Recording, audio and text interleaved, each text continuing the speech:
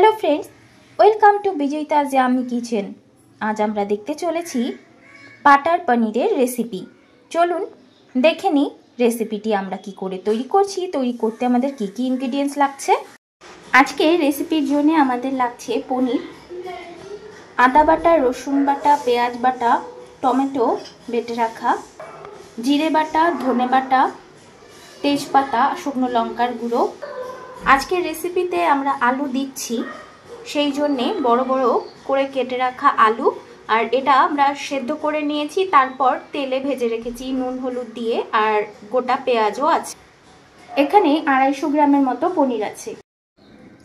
আজ তৈরি করছি বাটার পনির। এই রেসিপিটি সামান্য কিছু ইনগ্রেডিয়েন্টস দিয়ে চটজলদি তৈরি হয়, খেতেও ভীষণই সুস্বাদু। আপনারা এটা চিকেন অথবা ভেটকি মাছ দিয়েও করতে পারেন। মা যেহেতু চিকেন খায় না, সেই জন্যে আমরা এটা পনিরে তৈরি করছি। যারা মাংস খান না অথবা মাছ খান না, তারা পনির দিয়েও তৈরি করে খেতেই পারবেন। রেসিপি শুরু করছি, তাই গ্যাসে কড়াই বসিয়ে আমরা দিয়ে দেব এতে সাদা তেল আর বাটার।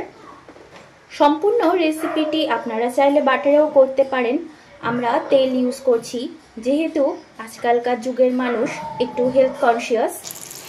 দিয়ে দিলাম বাটার।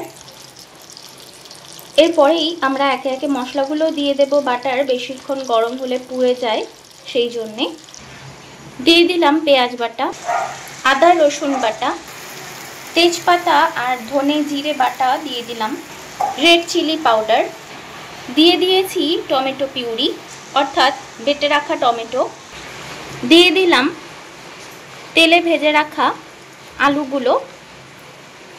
এই সময়টাতে আলু দিলে সুসেদ্ধ হবে। এবার দেব নুন স্বাদ অনুযায়ী,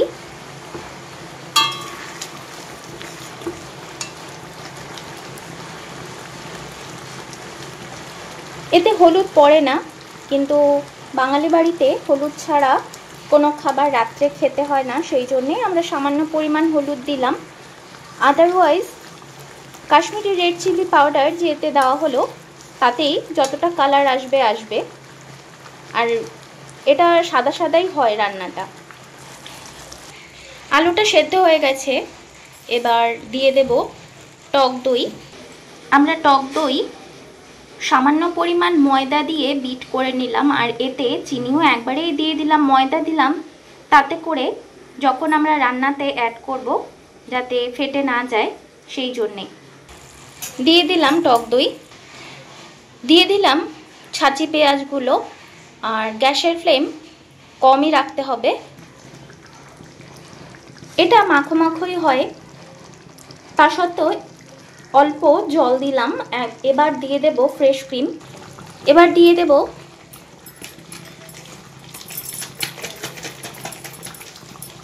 ফ্রেশ ক্রিম বেশ অনেকটা পরিমাণে। রান্নাটি পুরোটা তো বাটারই হয়, তাও সামান্য পরিমাণ বাটার দিয়ে দিচ্ছি। এখন রেসিপিটি বেশ রিচ, অসুস্থ রোগীদের পক্ষে একটু মাপঝোক করে খেলেই ভালো। দিয়ে দিলাম পনিরের কিউবগুলো। আমরা ঝোল অনেকটা দিয়েছি, এটা টেনে যাবে অনেকটাই। রেসিপিটি দুর্দান্ত স্বাদের, পোলাও অথবা ফ্রাইড রাইসের সাথে খেতেও দুর্দান্ত লাগে। আমি বহুবার চিকেন দিয়ে রেসিপি ট্রাই করেছি, আজ পনিরে ট্রাই করলাম। ভাবলাম আপনাদের সাথে রেসিপিটি শেয়ার করি। এটা বয়েলড হবে, কারণ ঝোল একদম মাখো মাখো হওয়া পর্যন্ত এটা বয়েলড করতে হবে। এটা একদম তৈরি হয়ে গেছে, এবার গার্নিশ করে আপনাদের সামনে নিয়ে আসছি। ফ্রেন্ডস, তৈরি হয়ে গেছে আমাদের বাটার পনির। আশা করছি রেসিপিটি আপনাদের পছন্দ হয়েছে। যদি পছন্দ হয় তাহলে প্লিজ লাইক, কমেন্ট, শেয়ার আর সাবস্ক্রাইব করতে ভুলবেন না।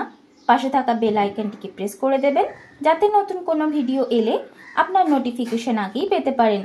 আজকের মতো এতটুকুই, দেখা হবে এই চ্যানেলে অন্য কোনো রেসিপি নিয়ে। আজকের মতো গুড বাই।